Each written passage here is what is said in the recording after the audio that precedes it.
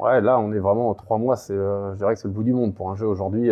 S'il n'a pas réussi à s'imposer pendant ces 3 mois, c'est totalement fini.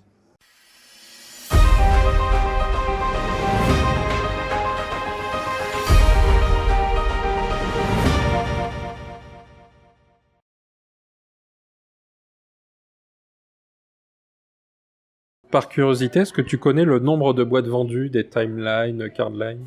Ouais, alors, si on additionne les deux, je vais te dire ça tout de suite. En additionnant... sans compter, on va pas compter la micro-version McDo parce que ce serait trop facile. Donc on est à 1,5 million les deux. Et voilà. Et la petite boîte McDo, on a fait 400 000 petites boîtes McDo, mais c'était une opération. Donc les vraies boîtes, ouais, 1,5 million. On entend souvent qu'il n'y a jamais eu autant de jeux édités sur le marché. C'est de plus en plus difficile de trouver une place dans les rayonnages. J'aimerais avoir ton avis là-dessus. Bah, j'y vais plus dans les rayonnages du coup. Non, mais je pense que c'est. Alors, oui et non. Enfin, oui. Alors, est-ce qu'il y a jamais eu autant de jeux? Oui, c'est sûr. Ça, c'est une certitude. Il suffit de regarder tous les ans la liste annoncée à Essen. Et tous les ans, elle grossit très fortement. Moi, la question du rayonnage, c'est que donc les rayons sont pas extensibles. Ça aussi, les rayonnages sont pas extensibles, c'est une certitude. Ce qui change, par contre, c'est la rapidité du turnover. Du coup, de toute façon, il y a pas le choix. Hein. L'adaptation, elle se fait Alors, il y a deux choses aussi. Les boutiques commencent à accepter l'idée de ne plus tout avoir et d'opérer une sélection importante. Notamment le groupe Sortilège. Là, groupe Sortilège, ils sont dans ils font ça pas mal aussi. Je vais pas dire que c'est les Apple du jeu, mais ils sont quand même dans une sélection vraiment drastique, assez peu de titres, mais des titres qui correspondent très très bien à leur clientèle, qui est assez familiale. Beaucoup de jeux qu'on appelle les familiaux plus, etc., quoi, ou des jeux qui sont des gateways, des jeux d'accès qui permettront ensuite d'aller sur des jeux plus hardcore, des choses comme ça. Mais globalement, ce qui a changé le plus dans le temps, c'est le turnover, c'est la rapidité avec laquelle un jeu est devenu obsolète. Un jeu, c'est triste à dire, mais un jeu qui a 3 mois aujourd'hui, si c'est pas un hit, il est obsolète. Voilà, c'est 1 sur 2x, la courbe de vente d'un jeu classique, et c'est vraiment extrêmement pentu. C'est de plus en plus pentu. En fait, il y a quelques années, on avait une courbe peut-être comme ça. Maintenant, elle est vraiment... Ouais, là, on est vraiment 3 mois, je dirais que c'est le bout du monde pour un jeu aujourd'hui.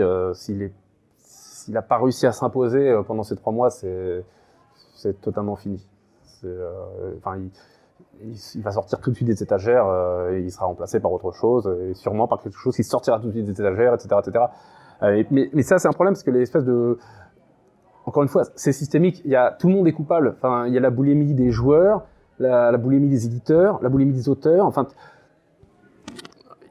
Il y a trop de jeux, mais pourquoi tu ferais pas trop de jeux? Parce que de toute façon, les joueurs les achètent. Et puis si tu fais pas plein de jeux, si t'as que quelques jeux qui marchent, si t'en fais plein, tu te dis que t'as peut-être une chance que parmi ton plein, il y en a un qui fasse partie des rares élus, etc., etc. C'est très...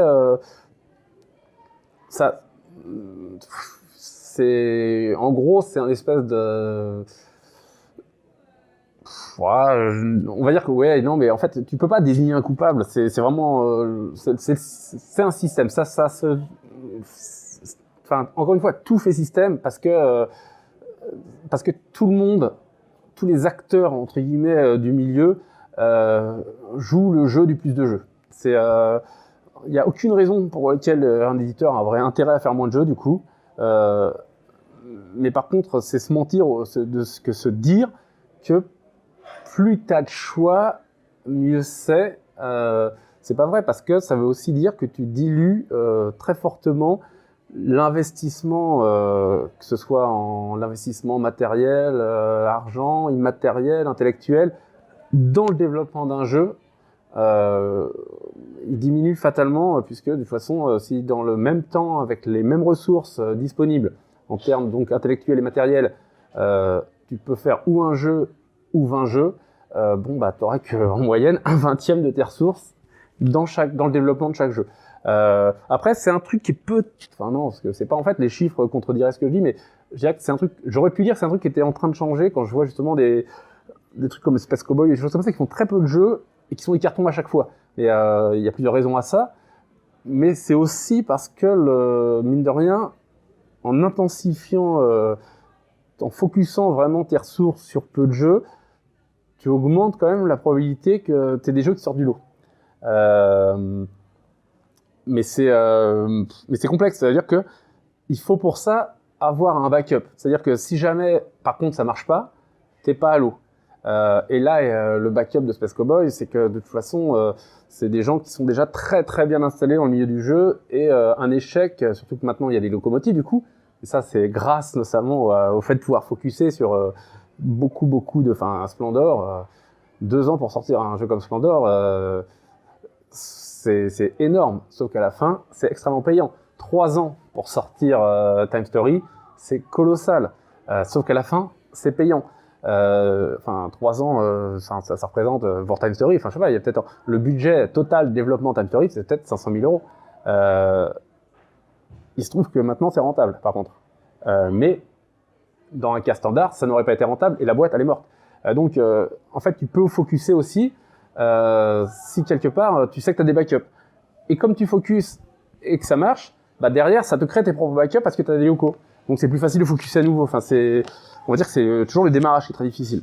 Mais donc, voilà, mais ouais, je pense que, globalement, je pense qu'il y a trop de jeux, mais ça veut rien dire parce que moi aussi, du coup, j'ai beaucoup bénéficié de ce truc-là. En fait, si j'ai commencé à si j'ai pu signer des jeux comme Megamix ou pire comme Red Hot Steel Dragon, c'est justement parce que j'arrivais au début de ce phénomène où il fallait plein de jeux, et si on avait été si j'étais arrivé un peu avant, il y aurait eu besoin de moins de jeux, et donc il y aurait eu plus de sélection, et donc un jeu comme Red Hot serait jamais passé. C'est la triste réalité. On parlait de Tilsit, Rackham, puis Asgard, des éditeurs disparus. On se rend compte que ça bouge beaucoup dans le monde de l'édition du jeu.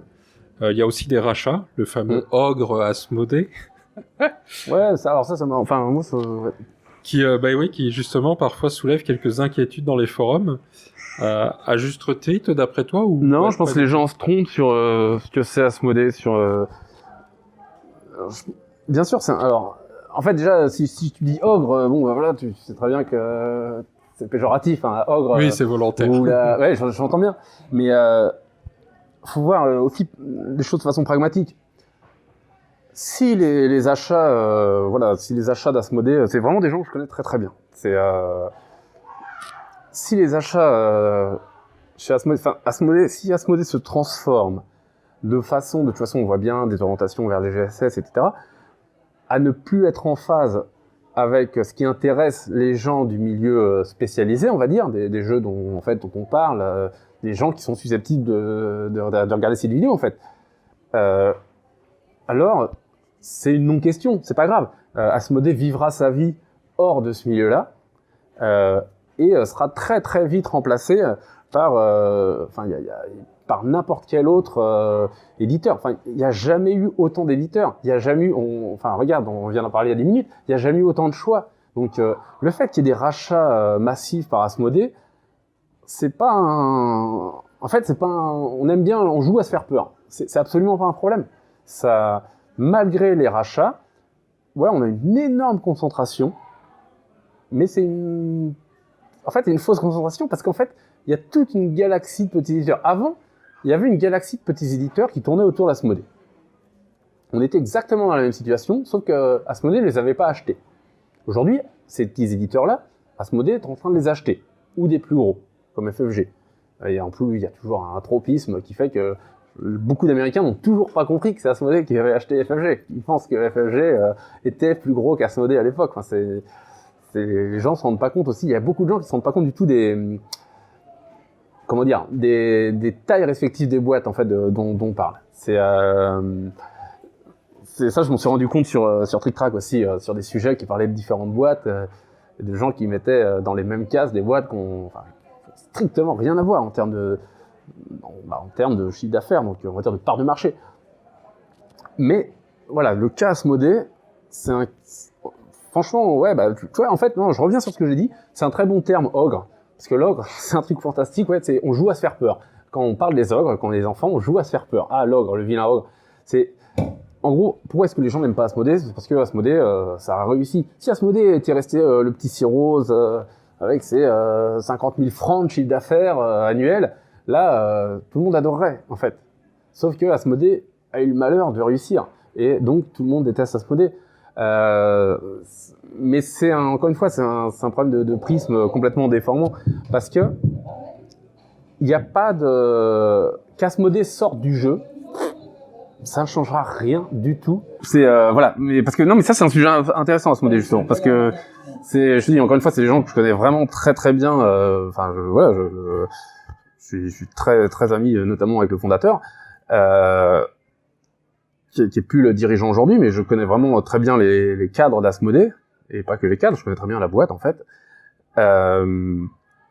Et je pense que les gens se trompent, parce que même si, comme je te dis, j'ai pas un énorme a priori positif, parce que je suis souvent en bras de fer avec Asmodée. Mais il y a un moment où il faut quand même être objectif. Il faut quand même prendre du recul et voir quand est-ce qu'on est dans l'émotionnel et quand est-ce qu'on est dans le rationnel. Et rationnellement, qu'Asmodée rachète du monde, soit massivement en GSA, GSS, donc grande surface spécialisée, grande surface alimentaire, etc., ça n'a pas d'impact. D'ailleurs, on le voit, puisque de toute façon, il n'y a jamais eu autant de jeux. Qu'Asmodée sorte du jeu, c'est pas grave. Voilà, si Asmodée un jour dit on arrête, ça nous intéresse plus, ça ne changera rien au monde du jeu en réalité. Ça changera 6 mois, c'est tout. Je vois pas le problème parce que quand on dit du coup va y avoir encore un truc Star Wars, Asmodée a racheté Philo, donc maintenant va y avoir Carcassonne Star Wars. Bon, déjà il y avait déjà Carcassonne Star Wars avant Philo, avant qu'il rachète, mais parce que le rachat était déjà prévu, c'est comme ça que Philo a pu avoir Star Wars. Mais dans tous les cas, c'est pas grave. Il y a Carcassonne Star Wars. Bon, on peut ne pas l'acheter. Il y a 2000 autres jeux à côté qui sont sortis la même année. C'est pas grave. En fait, ce sera jamais un problème. Là, on joue à se faire peur. Il y a jamais eu autant de jeux, jamais eu autant d'éditeurs. Et ça va continuer comme ça. Il y a pas de raison.